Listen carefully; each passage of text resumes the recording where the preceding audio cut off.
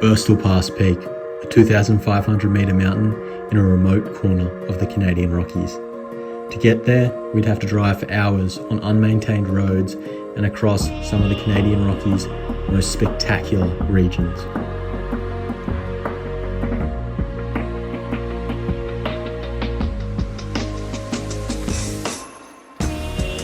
We'd face many challenges from traversing bear country with no bear spray, skiing below dangerous avalanche-prone slopes, and navigating a remote area far from a quick and easy rescue.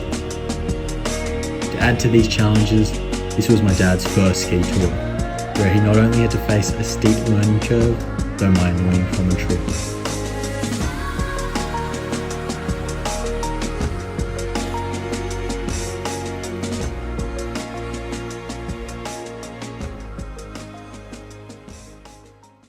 Okay, so today we're heading to Kananaskis. Been thinking about this tour for a long time. It's around Mount Birdwood, which is known as, I'll put a photo up, that's known as like the most scenic mountain in Canada. So it should be pretty cool. So yeah, big risks. I mean, we got to drive an hour on a dirt road into the middle of nowhere. You know, there's no rescue operations out there. So, and it's bear season. Bears are coming out of hibernation. I got my bear spray. Yeah, not good. They're hungry as well. I saw the boss was out, which is like a big grizzly bear around Banff and Canmore. The boss has awakened and just emerged from his hibernation, and it's a sign of spring that the bears are coming out. And we have to remember that as these bears emerge, they are food stressed. So hopefully we don't encounter him or his competition up in Kananaskis. But yeah, and we got warm temperatures, like 10 degrees in Canmore, and I think it was about 2 or 3 degrees where we're going. So I really don't want that to activate any deeper persistent layers or any cornice failures that let off massive avalanches that take us out, because yesterday we saw the consequences of big avalanches. Like driving up that road, there were, you know, avalanches that took out like hundreds of trees and went over the road, like massive avalanches.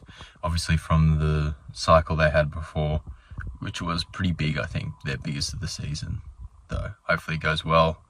So first I got to do this drive on the wrong side of the road, on icy roads, into the middle of fuck off nowhere.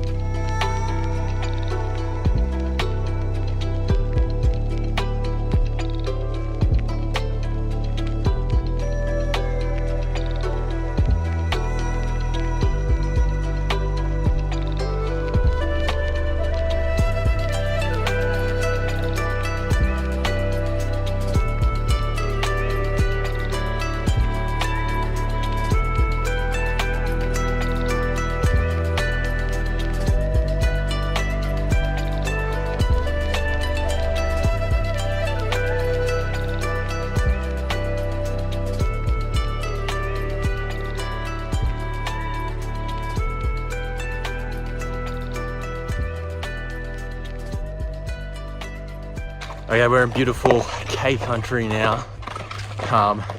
It was a royal trek. The road we took us like an hour to get here, and the road, maybe an hour and a half, because the road had the worst potholes I've ever driven in my life. Though the views coming down into Kananaskis were like some of the best I've ever seen. I could not concentrate on driving, though. Just trying to stay loud because there's bears out and I don't have bear spray. We cannot seem to open the bear spray, and we're in fucking prime bear habitat, so Oh yeah. yeah, better watch out. So if I get mauled, and hopefully I don't get fucking eaten, though should be fine. Getting a view of the valley we're going up there. I think it's about a 1,000 meter tour up to Burstall Pass Peak at about 2,500. Should be fun. Here he goes. Don't want him to fall in there. Fuck, he's putting a lot of weight on the snow bridge.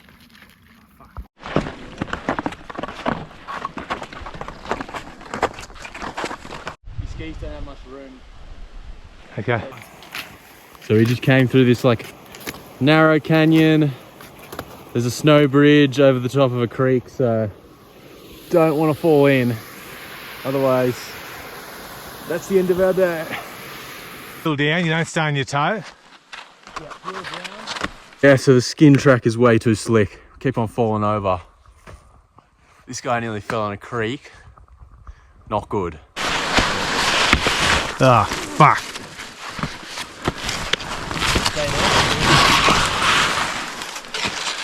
Now my binding's out. Okay, you all good? All good? So, yeah, hopefully it gets better. I think we went the wrong way. We took a bushwhacking detour. You know, this was the trail. I was like, oh, should I go left? I was like, I think that goes into a different valley. But no, it comes to here, where I was supposed to go. And we went down those fucking densely gladed, fucking steep ass shit. We got misled. Went the wrong way. After a short detour, we continued deeper into the backcountry. Temperatures were beginning to rise, with the sun beating down on us as we travelled through a dense forest.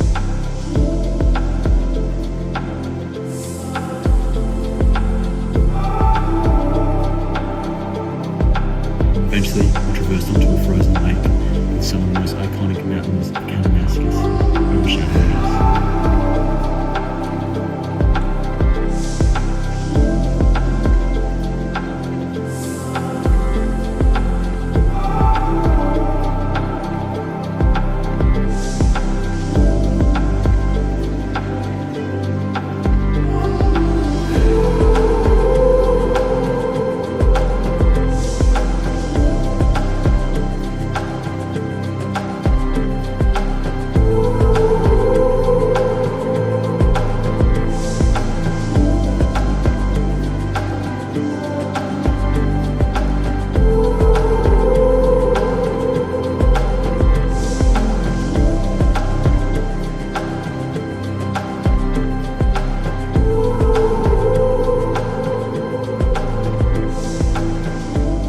Once we made it off the lake, I observed evidence of the quickly warming temperatures, which made me nervous about the next section, with an overhanging cornice threatening to collapse. So if you look up there, you can see all the water coming off. Yeah. Because of the positive temperatures, so it's warming up. And if you look up there, see this massive cornice. Yep. If that collapses, it causes like size 3, size 4 avalanche, takes out houses. So you wanna probably be quick through this section. There are houses up here? Well, luckily not. Look at that giant ass cornice. Massive. Don't cross this line. That collapses, we are fucked. So, that was a tricky section just then. Dad kept on falling over. Oh, bullshit. So, took us an extra 30 minutes. You can't invent the narrative. It's just poor form. Like, expect better. Nah, I'm just kidding. So, yeah, onwards. We're about, I say 2/3 of the way up. We'll see. We'll continue until 2 o'clock, 3 o'clock, and then turn around. Maybe 2:30 is our turnaround time. So we'll go to them. Big avalanche slope there, so gotta be fast. Some big blocks of cornice there from up there. Yeah, I'm kind of underneath it, so we better hurry up.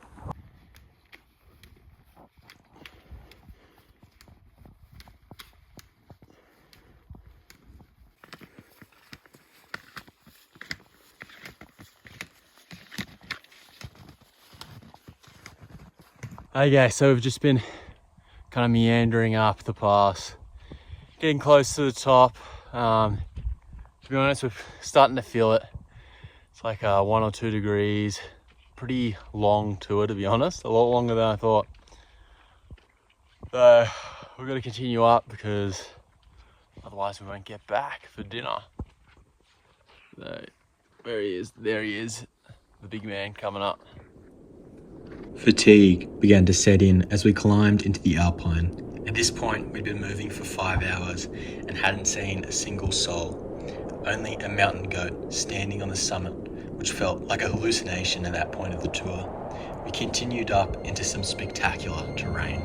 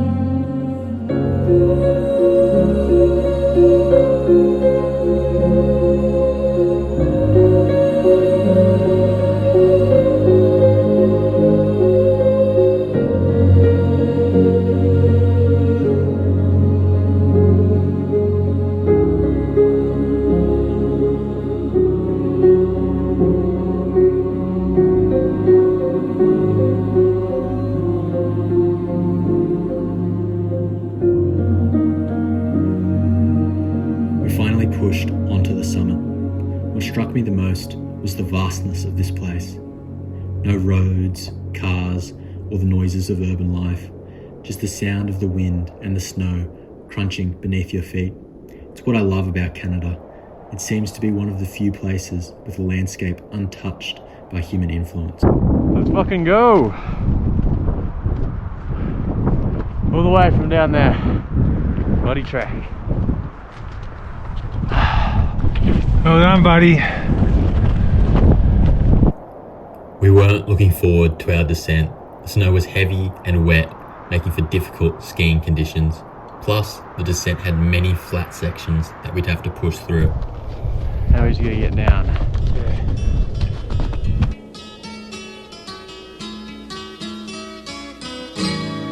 All the leaves are brown.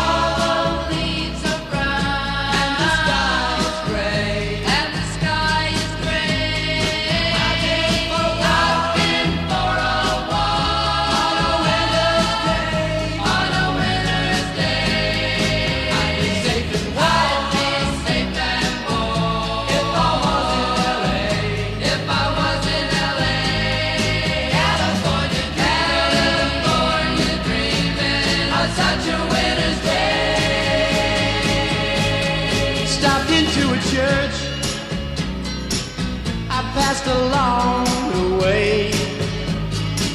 Well, I got down on my knees, and I pretend to pray. You hear the preacher like the cold. He knows I'm gonna stay. California, dreaming of such a winter's day.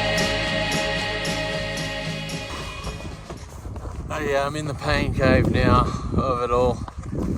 Dad's got really bad blisters, so he's struggling.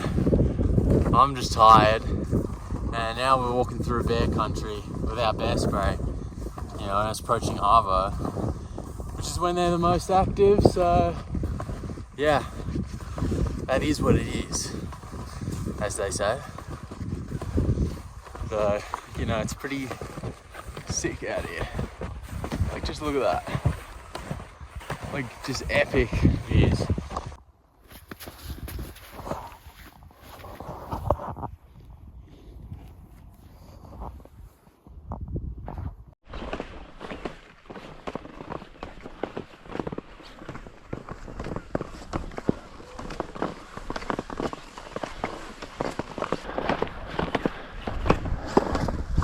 Thank Christ for that.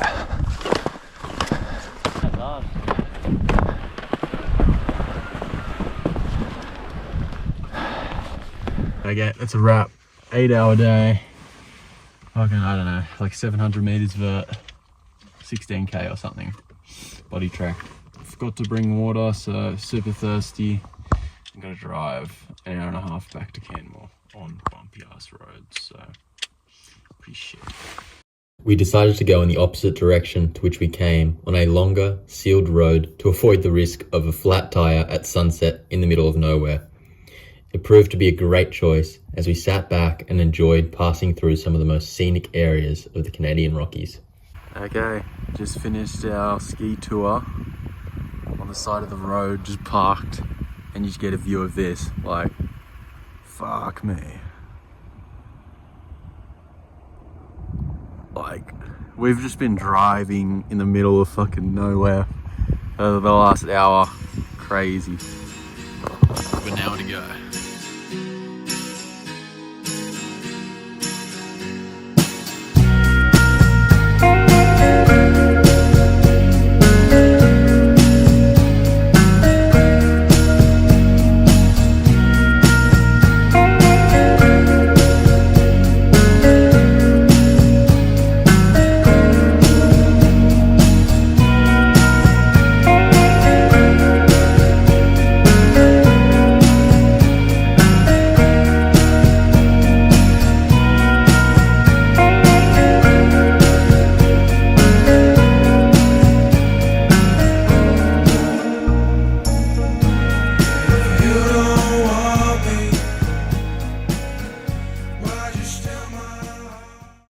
Okay, we finished the day.